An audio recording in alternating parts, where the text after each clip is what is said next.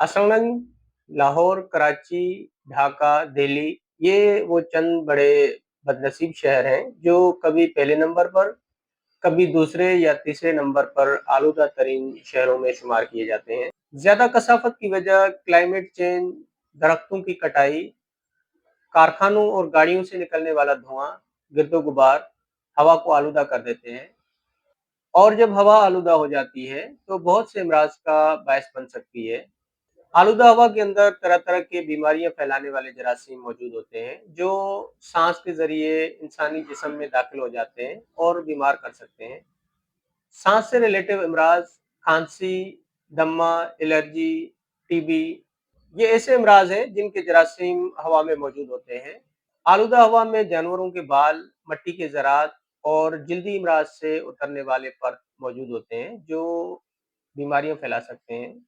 हवा की आलूदगी की वजह से हवा में ऑक्सीजन की मिकदार कम हो जाती है। उस वजह से सांस में तंगी और घुटन पैदा हो सकती है।